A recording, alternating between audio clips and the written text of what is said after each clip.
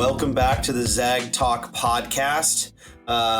Sorry for the delay over the last couple of weeks. We've been in mourning, I guess, since the Duke game and didn't get an episode out after Feast Week. So we'll briefly touch on the UCLA and Duke games that happened in Vegas. And then we'll flip over to back at home, quickly touch on the Tarleton State game, as I do think there's a couple things we can talk about there. And then our most recent game against Bama in Seattle, we'll touch on that game as well. Just myself and Brian Mary this week. We're without Carson, but we'll get started. Carson, let's talk Vegas quickly. Let's talk about Feast Week. We'll skip over the Central Michigan game. Let's talk about the UCLA drubbing that we gave first. You want to give us the highlights, since we're now 2 weeks out and most folks have either watched the game or listened to enough of different pundits and whatever talk about this? Sure. My name is Brian, but yeah. What did I say? Did I say Carson? You said Carson. It's been a long day. That's fine. Brian, since it's just you and I, that's a real big mistake. All good. He's here in spirit. Yeah. I mean, honestly, the UCLA game was super impressive. We talked about a couple of things before the game, specifically how we were going to defend Johnny Juzang and Jaime Jacquez. And to be honest, we really just shut him down. And all the credit in the world to Andrew Nemhard. He guarded Juzang essentially the entire game. He played all 40 minutes, completely shut him down 100%. I think he got loose for 1-3 at the very beginning of the game. I think it was UCLA's first or maybe second bucket, and it was off a set play. He got caught up on a screen. Other than that, I mean, flawless defensive performance. And on the offensive end, he just really was shining all game long. 24 points, I believe he finished with. Just a really solid performance. Beyond that, Chet Holmgren, a couple of just insane plays, just plays that you don't see a 7'1" player make. And it's really, really cool to see him in the open floor doing what he's capable of doing. So overall, UCLA, just an incredible show of force, I think, because we were able to see a lot of the strengths that I think this team has with their personnel. So that was definitely a highlight of the last 2 weeks. It's kind of down, been downhill from there. But what were your takeaways from the UCLA game? Yeah, I mean, Johnny Juzang getting shut down. He goes 1 of 3 from 3, 5 of 11 from the floor, 11 points over 33 minutes. Like, I don't think you can ask for better defense on a player like that. Like, you're not going to keep Juzang to 0 points, but 11 points on 5 of 11 shooting. Yes, please. Jaime Jacquez led their team in points with 19, had a couple of great plays. He shot off the mid-range pretty well, but he went 7 of 22 from the field. So just completely took their two best players out of the game, played phenomenal defense end to end. You talked about Holmgren having a great game, Nemhard playing 40 minutes, also racking up, I think, 6 assists in that game as well, with 3 turnovers. That's where the turnovers problem, and we'll talk about this, started, I think, was in the UCLA game. Not that it had really any ultimate effect on that game. And Timmy went 50% from the field, 6 of 7 from the line at 18 points. Team shot 18 of 23 from the free throw line, and that's about where the good free throw shooting started, or I guess that's where the good free throw shooting stopped. It's been a struggle, I think, since then for the Zags to knock down free throws, and I don't know if that's a practice issue. I don't know if that's just the way the season's going to go, and if it is, that's scary to me. But all in all, great game, end to end, ran the floor super well. We talked about the ability to move the ball up and down the court. Holmgren showed that off. You mentioned how effective of a game he had. I think he got one, caught it at about half court. I want to say maybe went behind the back or maybe just a crossover, and then took off. I think his feet might have still been touching the free throw line while his arms were inside the basket, is kind of what it looked like. But just really never let UCLA back in. I mean, we outscored them by 20 in the first half, and it was a tie game in the second half, 38-38. So 20-point win, absolute dominant start to Vegas, and loved it. anything else you wanted to talk about when it came to the UCLA game? I mean, it really was just an end-to-end victory. Yeah, I mean, all the really positive feelings that you want to have as a Zag fan. Seeing us go up early, seeing us have the ability to continue to keep the pedal to the metal the whole game. There was, I think, one point where they came back within 16 points or something. I guess the UCLA fans at that point stood up, tried to kind of will their team back into it, and we shut him down. We didn't let him do it. So overall, just an awesome game. Yeah, and I think because we talked about score predictions and said, hey, it could be a 10-point game with 2 minutes to go, and then all of a sudden it'll be a 2-point game because that's just kind of how UCLA plays. And Zags were having none of that. There was never a chance for UCLA to get back in that game, which I was really impressed by. No doubt. And I'm actually surprised. The Cody Riley discourse has not been quite as, loud as one might expect after a game like that, especially with Miles Johnson getting absolutely dominated by our bigs.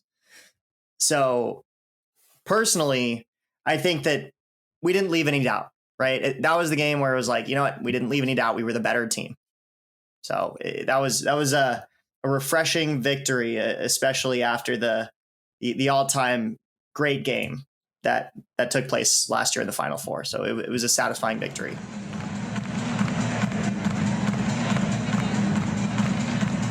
A couple of games that, did not bounce the way that we wanted them to bounce. I think one thing that, Dylan, you and I talked about before recording today was just that we learned a lot about this team over the last 3 games. And each game kind of, shined a light on a different part of something that this team needs to improve upon. So give me your takeaways from the Duke game. Yeah, I'll start with, and I don't know if we talked about this on the pod, but I noticed this as I was rewatching Maui highlights of Gonzaga Duke 3-4 years ago. That year, they were number 1 and we were number 5. And we went out into Maui and beat, the number 1 ranked team in the country. And, in a great game, right? That was also a close game. Duke did the same thing to us. They didn't let number 1 talk get to them. They came out, they played their game. Paolo Banchero was in the first half exactly what we expected him to be, and probably more. I mean, and that's not saying he outplayed his averages. That's just saying Paolo is a phenomenal. I mean, he will most likely, as long as he doesn't sweat away his body weight, will most likely be the number 1 pick in the draft next year. Phenomenal player. Along with that came them across the board, really, just Duke, that is, just playing really, really good basketball. I think they didn't panic. They didn't have any moments of, oh, shit. And, I think that we struggled a lot to really play our offense. We also didn't shoot the ball well. We were 6 of 21 from 3. So that really hurt. Holmgren missed all of his. Strother was 3 of 7. Bolton was 3 of 7. Nembhard was 0 of 3. In fact, none of our bench took a 3, which I don't love. I would think that at least Hickman would probably get some 3s up. He only played 10 minutes in the game. Salas played 4. Watson played 21. And it was just kind of a weird one for the Zags. I think they got exposed a lot more in the first half than I think they did in the second half. Despite it being a 3-point game at halftime, it didn't feel like a 3-point game. It kind of felt like we had gotten exposed the whole first half. Came out the second half, played a little bit better, kept the game close the whole way down the stretch. And unfortunately, it didn't fall our way, 84-81. My overall take is, Duke's a top 5 team. We're a top 5 team. 84-81 loss is not the end of the world. And that's how I felt after that game. I also felt like, you get the monkey off the back of an undefeated season, to be honest. I never want the Zags to go into the tournament undefeated. That's not me asking for us to lose at home on senior night, like the Zags managed to do a couple of times over the last, 10 years or so. But I do think a loss somewhere along the way is what Gonzaga needs probably every year to A, humble them, but I also think B, show them, what can go wrong and how to adjust to that.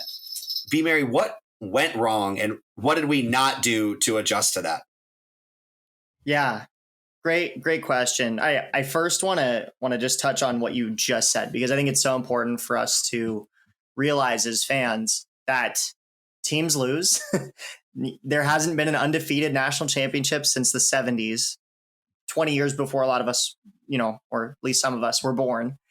And on average, a national championship team loses 4 games in a season, before going on a 6-game winning streak to finish it off. Right.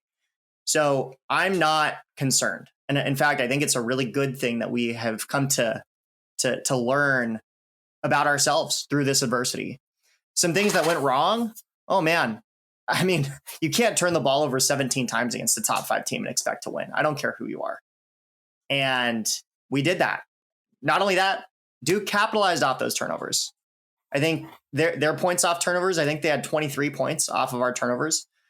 We only had 2 off of theirs, right? Now, granted, they only turned the ball over, I believe, 8 times, which is actually really, really solid. Mm-hmm. 8 times. Yep. I think we also learned that at certain points during that game, we were really not good at ISO defense. They did a lot of ball screening to get mismatches. And it was really effective. One thing that I think we should not, understate or not ignore is the fact that Paolo Banchero didn't really go on his run until we had some of our subs in the game. So it's not like Chet got absolutely destroyed by the guy, right? I believe the poor stretch was when Caden Perry was in the game, and I don't know, he was going up against a player that he knows very well. They played on the same AAU team, obviously. But Paolo is going to be, as you said, probably the number 1 overall pick in the NBA draft.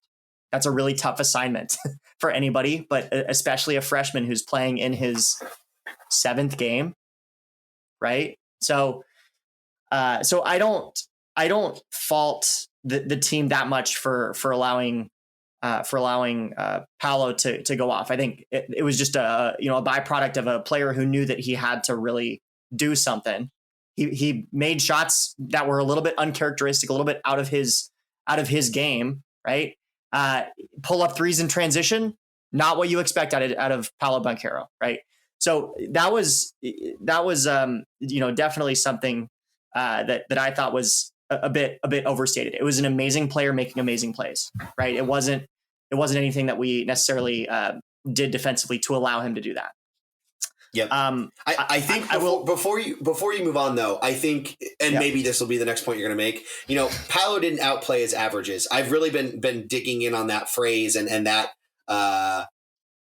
idea recently with a lot of the games that I've been watching is like, do we let guys like Paolo completely, score 30 points? And the answer is no. I mean, he had 21. He's 8 of 17 from the field, 3 of 8 from 3. Granted, most of that was when he started cramping the misses, but a guy that we did let outplay his averages would be Mark Williams. 17 points, 9 boards, 6 blocks. And I think the biggest part to me is those 6 blocks. We went at him time and time again. And I truly don't understand it. It felt to me like if you're going to attack him and he already has 4 blocks and they've shown that they know how to defend Drew Timme in the post in a one-on-one and they're doubling or Mark Williams is just playing good defense, I didn't get the continuous movement to that part of our game plan. Yeah, I don't really understand it either. And I don't know if it's because, Drew Timme plays more inside and Mark Williams guarded Drew Timme a lot of the game. And so he was around the hoop a lot or what. At the same time, we've seen Drew Timme absolutely put guys like Evan Mobley in a blender. Mm-hmm. So Mark Williams, all the credit in the world to him. He just played an incredible game on both ends of the floor, I thought. And ultimately, Wendell Moore was the closer.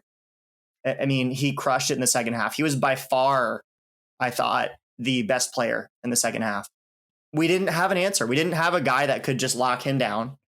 We didn't have a guy who could make a play on either end of the floor that really put us in a prime position to win the game.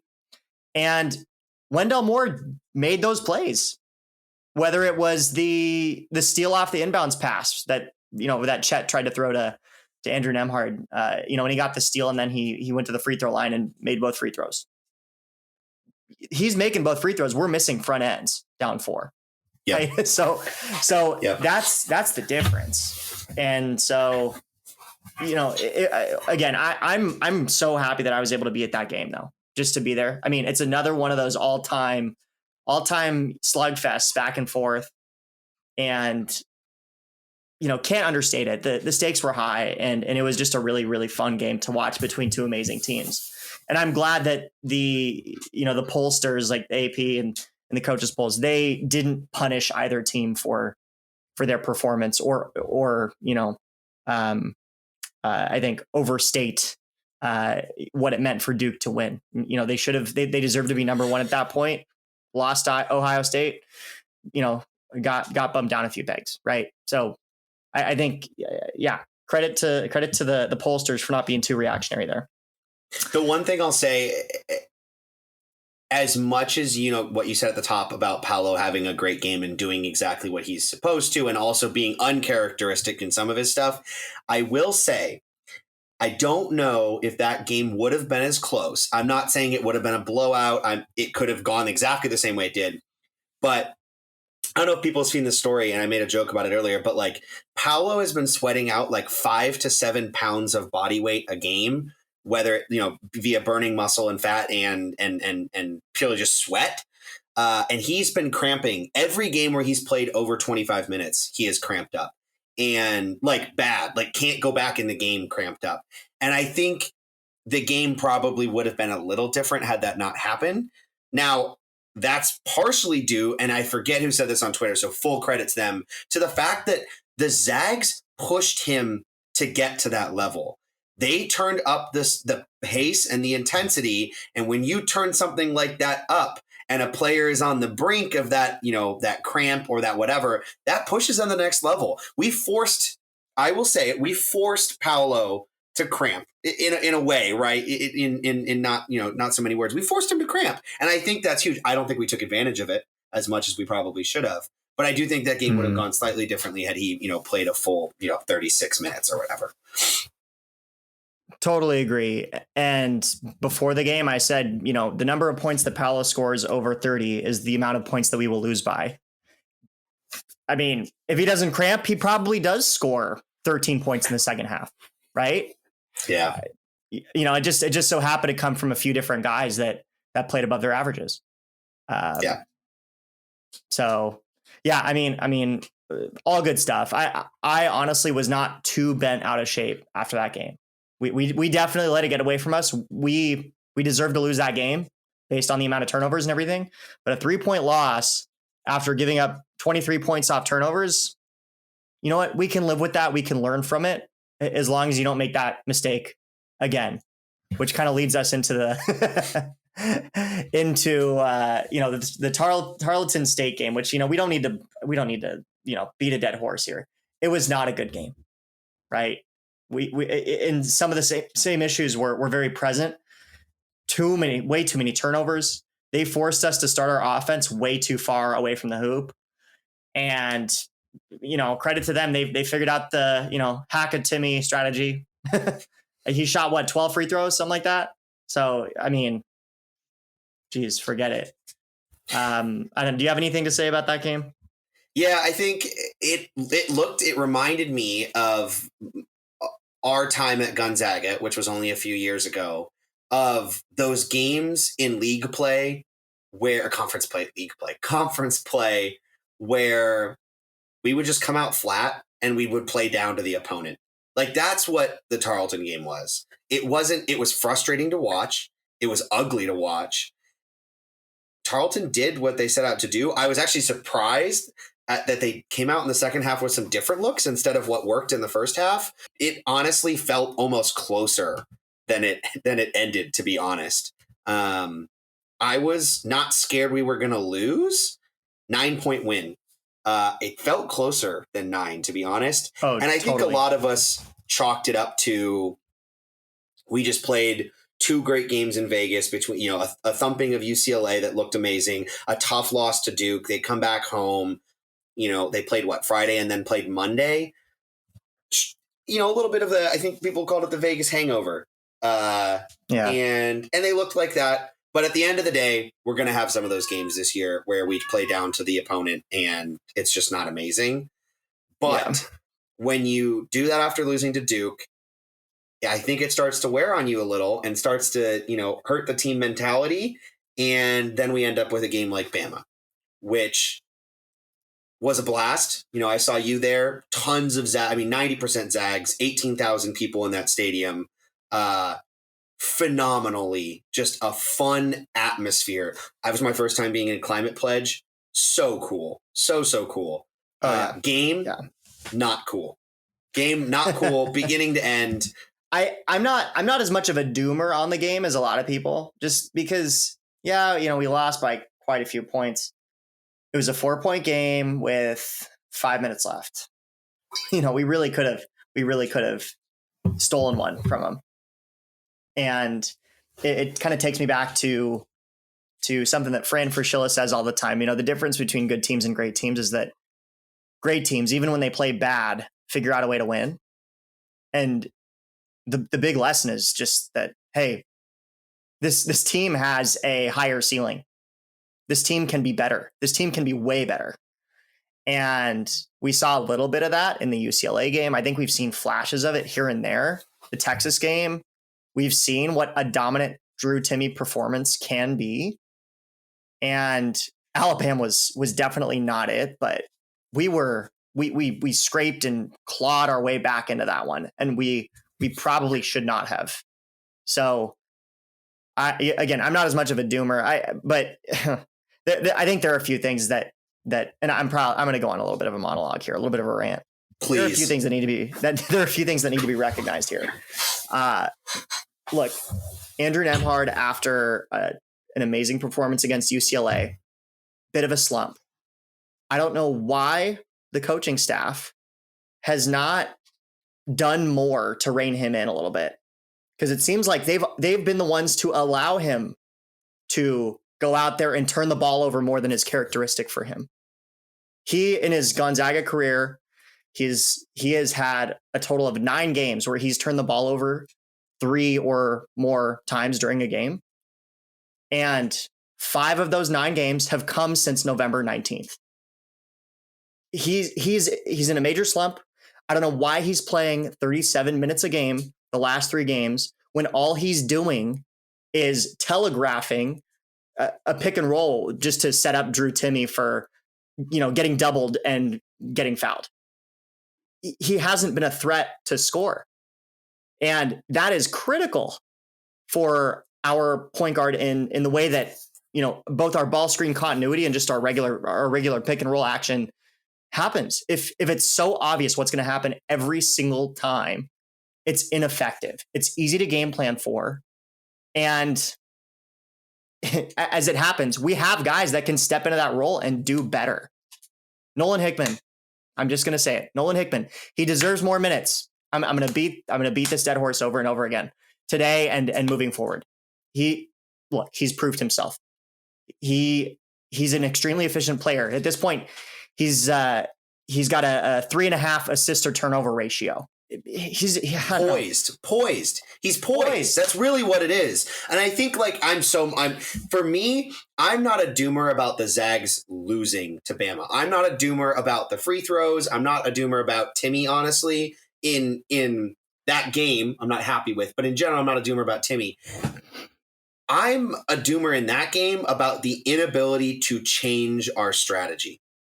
Mm-hmm. Because it's for me, we talked about at the beginning of the season, are Hickman, is Hickman going to eat into Bolton minutes? Is Salas going to start? Is Hickman going to start? No one should be eating into Bolton's minutes. Bolton is playing phenomenal, to be honest. Hickman should be eating into Nemhard's minutes at this point. And Salas. I'm not sold. And Salas isn't going to play point guard, but I have loved what I've seen from Hickman, especially even if it's not like, okay, next game, Hickman's going to get, 26 minutes and Nemhard's only going to play 25 or whatever. But within a game, the inability to stick with the hot hand. And that doesn't mean just continue feeding Hickman the ball. But if Nemhard is turning the ball over and not looking to get his mid-range pull-up jumper, and Hickman's willing to attack the basket or to get his step back open threes, why are we not continuing to let Hickman roll and play? I could not agree more. I mean, last 3 games, Andrew Nemhard is averaging double the amount of turnovers that he's averaged his entire career. We would not accept. There is no world where, as fans, as coaches, there's no way that any of us should accept a point guard that turns the ball over 4 times a game. Now, again, it's totally uncharacteristic for him. Totally uncharacteristic. But we need to make that adjustment. We need to. We don't have a choice, especially in a big game like that against a ranked opponent from a Power 5 school. I was just comparing, his first 6 games, right? 9 of 23 from 3, almost 40% from beyond the arc. Absolutely outstanding. Probably playing above his ceiling there. From 2 in the first 6 games, he was shooting 66.7%. Since then, we've seen a 20-point drop in his shooting percentage from 2, and he is 0 of 9 from 3. He can't shoot the ball. He's turning the ball over like crazy. Now, again, he is going to be one of the keys to unlocking this team's true potential. And without him playing even half towards his best, which I think is where he is at right now, it's not good, right? Hickman, on the other hand, and I hate to make it this like, Hickman versus Nemhard thing, but come on. I mean, he's extremely capable. His advanced metrics are really, really solid. He's leading the team in offensive rating and turnover percentage, by the way. He's 3rd in box plus minus. He is 4th in win shares per 40 minutes. 2nd in effective field goal percentage and true shooting percentage, behind only Chet Holmgren. And that's for the stats that I looked up. There are minimum 100 minutes played, right? Slumps are temporary. Andrew Nemhard will get better. It's 3 games that are completely uncharacteristic for him. When he is in a slump like that, we need to pivot. And this is 100% on the coaching staff, right? Again, as fans, we shouldn't tolerate a point guard turning the ball over 4 times a game. Nolan Hickman is leading our team in turnover percentage. In that situation, we needed him to, he really does have the 3 Ps, right? Patience, poise, no panic. And in that Bama game, we needed that. He showed it when he was on the floor at the time.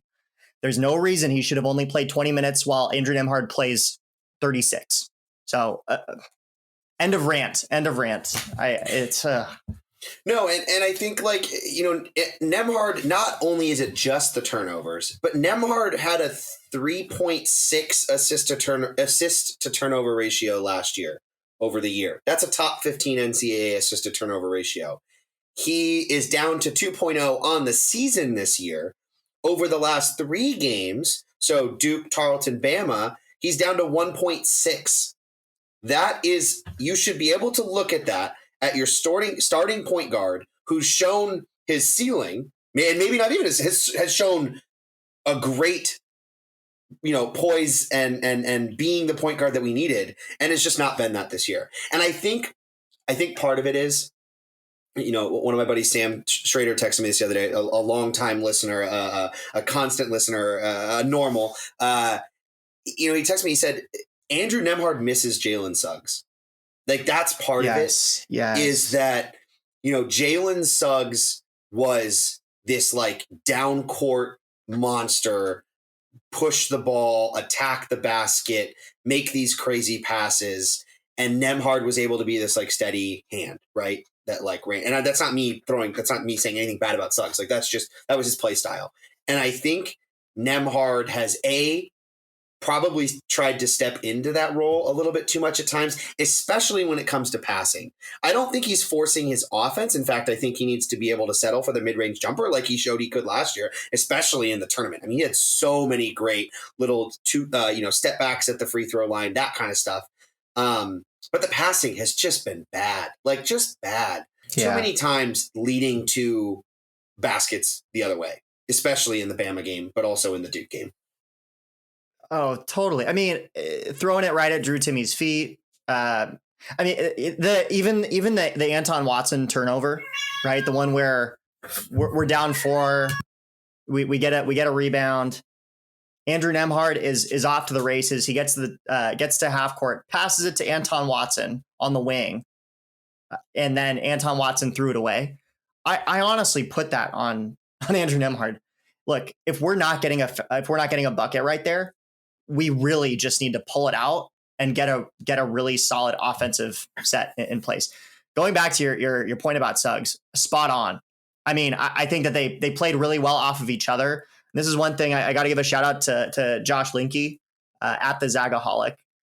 One point that he has made in just our conversation since the game is that Andrew Nembhard really benefited from Suggs' ability to be the primary pick and roll guy or primary attacker. And Andrew Nembhard, after the defense would collapse, would be able to catch it on the perimeter and either attack or run a pick and roll himself. He does amazingly well at being the secondary pick and roll guy after the defense has already collapsed once. And I think that Nolan Hickman can, he's not nearly as athletic and talented as Jalen Suggs, but he can play that same role and they can have that same symbiotic relationship. And, just as much as Andrew Nembhard benefited from Jalen Suggs benefited from Andrew Nembhard because the ball handling duties did not fall all on him as a freshman. And right now, Andrew Nembhard, to your point, it seems like he feels like all the ball handling duties are on him. And that's not fair to him as a player. It's not what's going to allow him to flourish. So that's super frustrating to just not see him play as well as he can in those big games. Super frustrating. We've talked a little bit about the coaching, issue, not coaching issues isn't the best word. We've talked about the inability to kind of play in flux in that Bama game. The other thing that had me questioning, not as much in game, but what were they practicing last week? For me, it was Jaden Shackelford getting 8 threes and hitting 6 of them in the first half and probably a half to 2/3 of his overall shots being either A, one-on-one dribble drive layups, or B, wide open threes. Now he hit 2 with a hand in his face. So I'm not going to put that on the defense, but 16-14 in the first half, we're up 2. They run a set play. Jaden gets a wide open 3 over a slow to close Anton Watson, which was not where we want to end up on defense, as great as a defender as Anton Watson is. And they go up 17-16. We never lead again. I think we tied it up twice more in the first half. And then again, we never led again. And that happened multiple times with Quinterly once. Davison had 4 of 6 from 3. Now Davidson outplayed his averages by quite a bit, but I don't know, man. We knew that Bama was going to want to shoot. They get 30 out of 80 points a game from the 3-point line. How do you let them get that many open threes and that many threes, period? Yeah, it was in the game plan. One thing Stephen Carr said on the Locked on Zags podcast this morning, I think, was that Adam Morrison was at shoot around pregame, and Adam Morrison said that it was in the game plan. They were talking about it all during shoot around. Gotta run him off the line. Can't let him get hot from 3. Can't let him do it. And they Bama, credit to them, they ran a lot of really, really awesome offensive action that allowed Shackelford to get just a little bit of space. The one play that I noticed in watching the replay of the game, which was painful, but they ran the exact same action that Tarleton State ran, where they set it up a little bit differently, but essentially their shooter would set up in the post and then on the baseline drive, he would pop. And it basically forces the popper's defender to make a decision. Is he going to stay there and help, or is he going to guard the three? And obviously, hindsight's 2020. Why are you leaving Jaden Shackelford? We can give up Javon Quinterly contested 2 with Chet Holmgren in the middle, or a dump off to a big who both bigs were standing at the free throw line, right? Like I would totally prefer that play be made as opposed to Jaden Shackelford going off for 20 in the first half. So credit to Bama. We didn't play a nobody, right? We played a really good. We played a really good team. I think one other thing that I want to call out is that as unfortunate as it is, there's something about our 4-guard lineups that seems to be really effective. And I say that that's unfortunate because it means 2 of Drew Timme, Chet Holmgren, and Anton Watson need to be sitting on the bench. 2 of those 3 guys in order for that to happen. So I'm not sure how we change that. I think again, Chet's only a freshman. It'll take a little bit of time for him to continue to improve his perimeter game on the offensive end, but he's kind of going to need to do it in order for us to be able to spread the floor like we typically do. So, and then sorry, I keep remembering there. Oh God, it's some of this stuff is just seared into my brain. Chet Holmgren. I mean, it was him and Javon Quinterly in the paint. Andrew Nembhard with the ball. Make the play. I mean, give the guy the ball. There was just no excuse for it. And instead he passed it to Drew Timme, who tried to make a pass, but he threw it off the backboard. I mean, just inexcusable. Like it's clear that, we may have had a set play drawn up for a high-low or something. I would much prefer our, better passer to be making that entry pass. So, I feel like we, I don't know. Any additional thoughts or plays that you want to call out? I got one last one, and I hate to pick on the Gonzaga coaching staff. And maybe, I don't know if Chet got hurt or they didn't want him in there missing threes there at the end, because he did shoot 0-4 from 3. He didn't show any sort of outside shooting in that game. He made 10 points, 11 boards. He had played great on defense, 4 blocks. But Timme did not play well. Timme forced a lot. He 10 of 19 from the field, which is, still not terrible, but lower than we'd like for him. He had 23 points. He led us in scoring. But I feel like, and I don't know, Timme is not a good defender, not a great defender. He's a decent defender. I was confused as to why at the end of that game, we did not have a 3-guard lineup with Watson and Chet in the game. Especially when we didn't press all game. We pressed right at the end of the game when the game pretty much was already out of hand anyways, which was kind of weird. But I would have liked to see that lineup get a little bit of run there at the end and try to really, push the ball up and down the court. I think that team probably moves a little bit faster, or that lineup probably moves a little bit faster. And B, I don't know, man. There's just, it's the same thing as the Nembhard over Hickman thing. Like, not that Chet had a hot hand, but defensively, you start to get back into that game, and I think you got to lean on your defensive guys a little bit more. Put Watson and Chet, take Timme out, put him on the bench, let him get some rest because you're playing him, 35 minutes a game, and let Watson and Chet go play defense, man. I don't know. It was just, it was a weird decision to not play. I think probably the last 5.5 minutes of the game. I don't think Chet saw the floor. And it's not like we couldn't have played, offense, defense tactically, right? Mm-hmm. If you're not confident in Chet's ability to score or what have you, right? Like, take him out on the defensive end. We had plenty, or take him out on the offensive end. I mean, we gave away quite a few free throws toward the end of the game. Mm-hmm. Play offense, defense with Chet and Drew Timme, because one of the daggers was Javon Quinterly being guarded by Drew Timme. One jab, bang, and that put them up 10 poins. And that was after.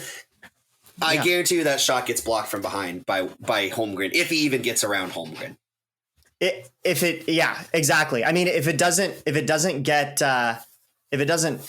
blocked, by Holmgren flying out on a closeout. Yeah, he's definitely not putting a comfortable shot up on him for sure. So yeah, baffled by that as well. I don't know. I don't know. Just baffled. But you know what? As coaches ourselves, because shout out to you, Dylan, coaching some 10-year-olds, right? And I've coached a bit myself. Like, coaches need to get into a rhythm, throughout a season as well. Like, coaches learn from these losses too. Coaches watch game film to figure out what they could have done differently, just like players do. And so, the coaches will learn from this. The coaches are still trying to learn this team. Yeah, I could not agree more. They should have done, if not offense, defense, just let Chet play. He only had one foul. I mean, come on, he had fouls to give. So, man, we had opportunities to win it. We just didn't do it, and that's unfortunate. So it's a tough one. Obviously, we didn't lose to Tarleton, but it wasn't a great game. But in the grand scheme of things, we have 2 losses this season, and they come against 2 top 10 teams and a top 3 team, to be honest. Right? Mm-hmm. Like, these are not the Bama game. The score margin makes it not a great loss, right? But neither of them are bad losses. And we can collectively turn around and hopefully not let Merrimack on Thursday do exactly what we just let Tarleton State do to us. And then, God forbid, we let the basement dweller of the Pac-12, UW, do anything similar on Sunday. So we got 2 easier games this week. Agreed. No top matchups or anything like that. We don't have to talk about Merrimack, but I would love for you to give me just a little bit of preview of the UW game and share with me the wonderful statistical nugget that you shared with me before we started recording. Yeah, no doubt. Well, I'll share one thing about Merrimack just real quick. We also talked about this before recording. They are the number 1 team in the nation in minutes continuity. They returned 92.5% of their minutes from last year. So fun little tidbit. This team, they play together. They've played together more than any other team in the nation. So, good test, I think. Maybe not in terms of talent, but in terms of, minutes continuity and a team that knows each other very well in terms of gelling and things like that. It'll be kind of a fun contest. Yes, moving on to UW, if they can even play, because they've been in COVID protocols for a couple of days now, a week. Mm-hmm.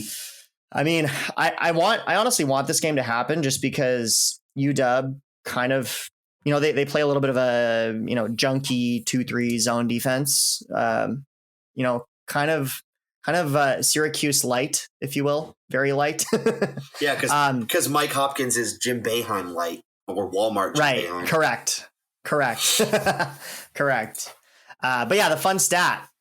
One thing that UW is actually pretty good at is not turning the ball over. They rank 78th in terms of turnovers, so not exactly a model of what you want for your team, but that doesn't matter much because they rank 316th in terms of 2-point field goal percentage. So yeah, not ideal on their part. So yeah, we'll see what happens.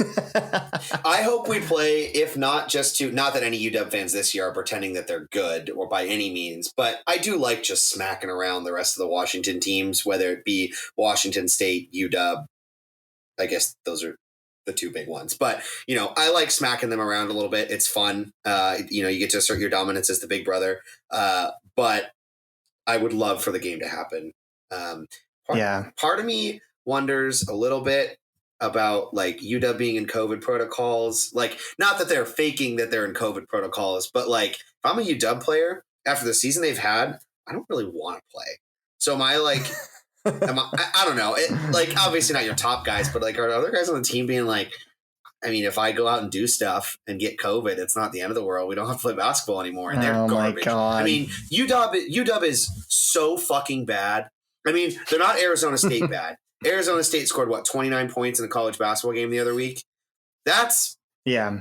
But I still think Arizona State's a better team than UW. Like, I genuinely believe that. Yeah. Yeah, no, they are. I mean, it's crazy. I think that it doesn't really matter who you throw in there because they brought in a ton of transfers this offseason. A lot of local guys who really wanted to show that, hey, we can bring basketball back to Seattle. It's just not happening. Now, I will say one thing though. One thing that does give me a little bit of pause is that in terms of assist percentage defense, this is something that we're going to have to, think about, and we're going to face throughout the season. When we played Alabama at the time, they were ranked number 10 overall in assist percentage defense, meaning they allow the 10th fewest amount of field goals made by an opponent to be off of an assist. Washington at this point is ranked number 13. And the reason why I call this out specifically is because during conference play, we will face two teams, San Francisco and St. Mary's, who are ranked number 2 and ranked number 3 in the nation in this category. And so if we have a hard time on the offensive end against UW for whatever reason, again, granted, it's a crazy, zone defense that we probably won't see from anybody else. That would give me a little bit of pause. It throws teams out of their rhythm. They're not used to it. And we need to be able to do well against teams that don't allow you to make plays within the flow of the offense, which is what that assist percentage stat is kind of indicative of. So just one thing to keep an eye out for in that UW game. It might be a little interesting takeaway once that game's been done and dusted.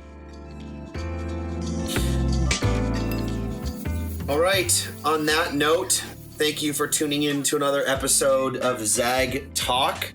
Thanks for listening to Brian and I ramble at you for 45 minutes or so. We've got Mary Mac on tap on Thursday at 6 p.m. and then the UW game on Sunday at 2 p.m. on ESPN. So tune into those games, see how we do. Hopefully we got some bounce back games. Would love to see some trouncings this week and hopefully get some confidence back to guys like Nembhard. What that doesn't mean is if he's not playing well, that we still play him 35 minutes. Teach him a lesson, put him on the bench, let Hickman get hot.